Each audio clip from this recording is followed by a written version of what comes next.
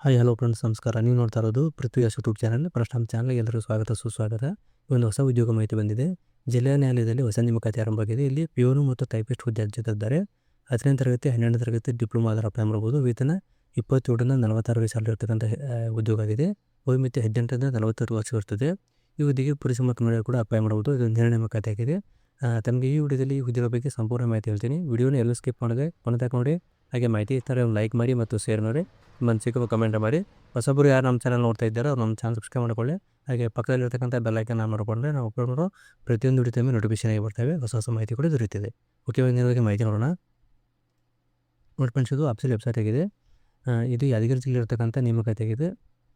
ಜಿಲ್ಲಾ ನೇಮಕಾತಿ ಅಧಿಕಾರಿಯಾಗಿದೆ. ಇಲ್ಲಿ ಹುದ್ದೆ ಹೆಸರು ಕೊಟ್ಟಿದ್ದಾರೆ. ಆನ್ಲೈನ್ ಅರ್ಜಿ ಸಲ್ಲಿಸೋದು ಹೇಗೆ, ಪಾವತಿ ಮಾಡೋದು ಹೇಗೆ ಮಾಹಿತಿ ಕೊಟ್ಟಿದ್ದಾರೆ. ಇಲ್ಲಿ ಮೊದಲನೇದಾಗಿ ಆದೇಶ ಜಾರಿಕಾರ ಹುದ್ದೆ ಕೊಟ್ಟಿದ್ದಾರೆ. ಆಮೇಲೆ ಜವಾನ ಹುದ್ದೆ ಕೊಟ್ಟಿದ್ದಾರೆ.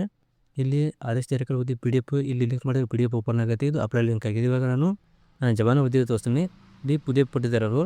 ಈ PDF ಓಪನ್ ಮಾಡಿದ್ರೆ ಪ್ರಧಾನ ಸತ್ರ ನ್ಯಾಯಾಧೀಶರ ನ್ಯಾಯಾಲಯ ಯಾದಗಿರಿ ಕೊಟ್ಟಿದ್ದಾರೆ.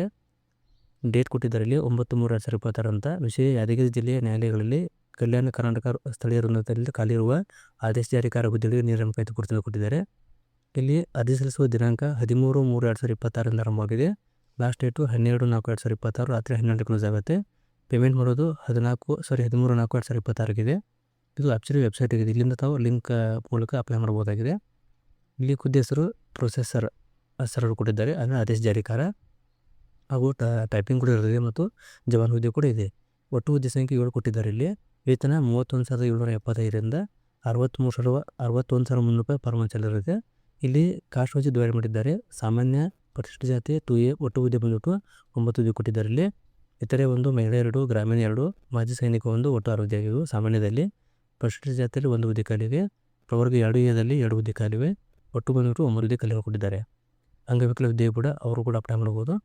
ಇಲ್ಲಿ ವಿದ್ಯಾರ್ಥಿ ಕೊಟ್ಟಿದ್ದಾರೆ. ಅರ್ಜಿಗಳನ್ನು ಭರ್ತಿ ಮಾಡಲು ನಿಗದಿಪಡಿಸಿದ ಕೊನೆಯ ದಿನಾಂಕದಂದು ಕರ್ನಾಟಕ ಸರ್ಕಾರದ ಕರ್ನಾಟಕ ಪ್ರೌಢ ಶಿಕ್ಷಣ ಪರೀಕ್ಷಾ ಮಂಡಳಿ ನಡೆಸುವ SSLC ಪರೀಕ್ಷೆಯಲ್ಲಿ ಉತ್ತೀರ್ಣರಾಗಿರಬೇಕು ಅಥವಾ ತತ್ಸಮಾನ ವಿದ್ಯಾರ್ಥಿ ಹೊಂದಿರಬೇಕು. ಜೊತೆಗೆ ಲಘು ವಾಹನ ಚಾಲನಾ ಪರವಾನಗಿ ಹೊಂದಿದ್ದವರಿಗೆ ಆದ್ಯತೆ ಅಂತ ಕೊಟ್ಟಿದ್ದಾರೆ.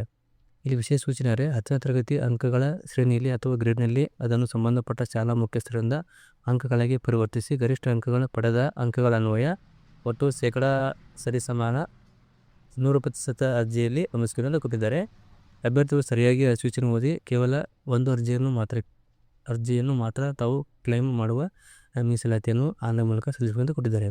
ಆಯ್ಕೆ ವಿಧಾನ ಯಾವ ರೀತಿ ಇರ್ತಂದರೆ: ಕರ್ನಾಟಕ ಅಧೀನ ನ್ಯಾಯಾಲಯಗಳ ಮಿನಿ ಸೆಮಿಸ್ಟರ್ ಮತ್ತು ಇತರೆ ಹುದ್ದೆಗಳ ನೇಮಕಾತಿ ನಿಯಮ 1982 ತಿದ್ದುಪಡಿ ನಿಯಮಗಳ 2007 ಮತ್ತು 2001 ಅನ್ವಯ ನೇರ ನೇಮಕಾತಿ ಮೂಲಕ ಆಯ್ಕೆ ಅಂತ ಕೊಟ್ಟಿದ್ದಾರೆ.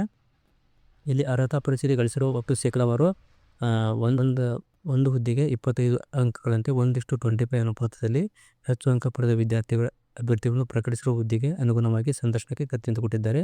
ಸಂದರ್ಶನದಲ್ಲಿ ಗಳಿಸಿದ ಅಂಕಗಳ ಆಧಾರದ ಮೇಲೆ ಆಯ್ಕೆ ಮಾಡುವಂತೆ ಅಂತ ಕೊಟ್ಟಿದ್ದಾರೆ. ಸಂದರ್ಶನವು ಸುಮಾರು 10 ಅಂಕಗಳು ಒಳಗೊಂಡಿದೆ. ಇಂಟರ್ವ್ಯೂ 10 ಮಾರ್ಕ್ಸ್ ಅಂತ ಕೊಟ್ಟಿದ್ದಾರೆ. ಮಾಹಿತಿ ಕೊಟ್ಟಿದ್ದಾರೆ. ಇಲ್ಲಿ ಇನ್ನು ವಯೋಮಿತಿ ನೋಡ್ಬೇಕಾದ್ರೆ 18ರಿಂದ ಸ್ಟಾರ್ಟಿಂಗ್ ಇರುತ್ತೆ. ಸಾಮಾನ್ಯದವರಿಗೆ 18ರಿಂದ 35+5 ಇರುತ್ತದೆ. 3A 2B 3A 3B ಅವರಿಗೆ 38ರಿಂದ 5 ವರ್ಷ ಎಷ್ಟ ಇರುತ್ತದೆ. ಪರಿಶಿಷ್ಟ ಪಂಗಡದವರಿಗೆ 40ರಿಂದ 45 ವರ್ಷ ವಯಸ್ಸಿರುತ್ತದೆ. ಇಲ್ಲಿ ಡೇಟ್ ಕೂಡ ಕೊಟ್ಟಿದ್ದಾರೆ. ಆ ರೀತಿ ಮೆನ್ಷನ್ ಮಾಡ್ಕೋಬೇಕಾಗತ್ತೆ. ಇಲ್ಲಿ ಪರಿವೀಕ್ಷಣಾ ಅವಧಿ ಕೊಟ್ಟಿದ್ದಾರೆ. ಸರ್ಕಾರಿ ಸೇವೆಯಲ್ಲಿರುವ ಅಭ್ಯರ್ಥಿಗಳ ಅರ್ಜಿ ಸಲ್ಲಿಸುವ ವಿಧಾನ ಅದನ್ನು ಕೂಡ ಕೊಟ್ಟಿದ್ದಾರೆ. ಇಲ್ಲಿ ಶುಲ್ಕ ಕೊಟ್ಟಿದ್ದಾರೆ. ಶುಲ್ಕ ಯಾವ ರೀತಿ ಇರುತ್ತೆ ಅಂದರೆ: ಸಾಮಾನ್ಯರಿಗೆ 200 ಶುಲ್ಕ ಬರುತ್ತದೆ. 2A 2B 3A 3B ಅವರಿಗೆ 100 ಇರುತ್ತದೆ. SC ST ಅವರಿಗೆ 100 ಶುಲ್ಕ ಬರುತ್ತದೆ. ಇದು ಲಿಂಕ್ ಮೂಲಕ ಅರ್ಜಿಯನ್ನು ಸಲ್ಲಿಸಬೇಕಂತ ಕೊಟ್ಟಿದ್ದಾರೆ. ಇಲ್ಲಿ ಆನ್ಲೈನ್ ಮೂಲಕ ಅರ್ಜಿ ಸಲ್ಲಿಸಬೇಕಾದ್ರೆ ಯಾವುದೇ ರೀತಿಯ ಮಿಸ್ಟೇಕ್ ಮಾಡಿಬಿಡೋದನ್ನು ಕೊಟ್ಟಿದ್ದಾರೆ. ಹಾಗೂ ಇಲ್ಲಿ ಫೋಟೋ ಕೂಡ ಕೊಟ್ಟಿದ್ದಾರೆ. ಫೋಟೋ ಯಾವ ರೀತಿ ಇರಬೇಕು: ಮೊಬೈಲ್ ನಂಬರ್ ಇರಬೇಕು, ಇಮೇಲ್ ಐಡಿ ಇರಬೇಕು ಕಂಪಲ್ಸರಿ ಆಗಿ. ಆಮೇಲೆ colour photo, passport size photo ಇರಬೇಕು. ಅದು ಸ್ಕ್ಯಾನ್ ಮಾಡಿ 50 KB ಒಳಗೆ ಇರಬೇಕಂತ ಕೊಟ್ಟಿದ್ದಾರೆ. ಆ ರೀತಿ ಸ್ಕ್ಯಾನ್ ಮಾಡಿ ಅಪ್ಲೈ ಮಾಡಬೇಕಾಗತ್ತೆ. ಇಲ್ಲಿ ಅಪ್ಲೋಡ್ ಬಟನ್ ಅಂತ ಕೊಟ್ಟಿದ್ದಾರೆ. ಅವನ್ನ ಅಪ್ಲೋಡ್ ಮಾಡಿ ಪ್ರೊಸೆಸ್ ಇರುತ್ತೆ, ಆ ರೀತಿ ಮಾಡಬೇಕಾಗತ್ತೆ. ಇಷ್ಟು ಇನ್ಫಾರ್ಮೇಷನ್ ಆಗಿದೆ. ಇಲ್ಲಿ ಹಲವು ಮಾಹಿತಿ ಕೊಟ್ಟಿದ್ದಾರೆ. ಇದನ್ನು ಒಂದು ಸಾರಿ ಓದ್ಕೊಂಡು ಆಮೇಲೆ ಅರ್ಜಿಯನ್ನು ಆನ್ಲೈನ್ ಮೂಲಕ ಸಲ್ಲಿಸಬಹುದು. ಇದು ನೋಟಿಫಿಕೇಶನ್ ಆಗಿದೆ. ಇಲ್ಲಿ ಇದು ಹುದ್ದೆ ಜವಾನ್ ಹುದ್ದೆ ಆಗಿದೆ. ಇಲ್ಲಿ ಅರ್ಜಿ ಸಲ್ಲಿಸಲು ಕ್ಲಿಕ್ ಅಂತ ಕೊಟ್ಟಿದ್ದಾರಲ್ಲ, ಇಲ್ಲಿ ಕ್ಲಿಕ್ ಮಾಡಿದ್ರೆ ಈ ರೀತಿ ಪೇಜ್ ಓಪನ್ ಆಗುತ್ತೆ. ಅದು ಇಲ್ಲಿ ನೋಡಿ, ಈ ರೀತಿ ಪೇಜ್ ಓಪನ್ ಆಗುತ್ತೆ. ಡೀಟೇಲ್ಸ್ ನೋಡ್ಕೊಳ್ಳಿ ಒಂದ್ಸರಿ. ಇಲ್ಲಿ ಫೋಟೋ ಸೈಜ್ ಕೊಟ್ಟಿದ್ದಾರೆ, ಸೈಜ್ ಕೊಟ್ಟಿದ್ದಾರೆ, ಈ ರೀತಿ ಇರಬೇಕಂತ ಕೊಟ್ಟಿದ್ದಾರೆ.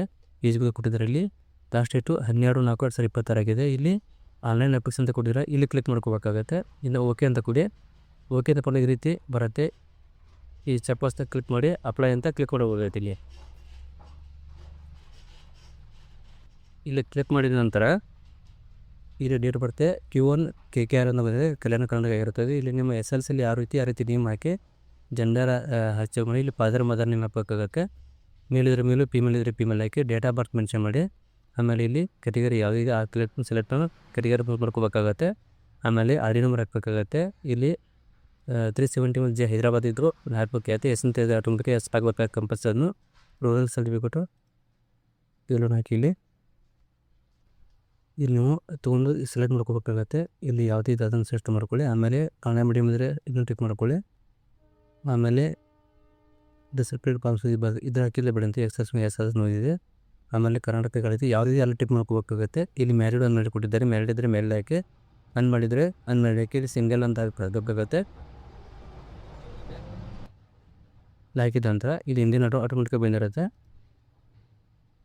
ಇಲ್ಲಿ ಡೀಟೇಲ್ಸ್ ಅಡ್ರೆಸ್ ಹಾಕಬೇಕಾಗತ್ತೆ. ಪ್ಲೇಸು, ಏರಿಯಾ, ಸ್ಟೇಟು, ಸ್ಟೇಟ್ ಹಾಕಿ. ಆಮೇಲೆ ಡಿಸ್ಟ್ರಿಕ್ಟ್ ಯಾವ ಡಿಸ್ಟ್ರಿಕ್ ಇದೆ ಆ ಡಿಸ್ಟ್ರಿಕ್ಟ್ ಹಾಕೊಳ್ಳಿ.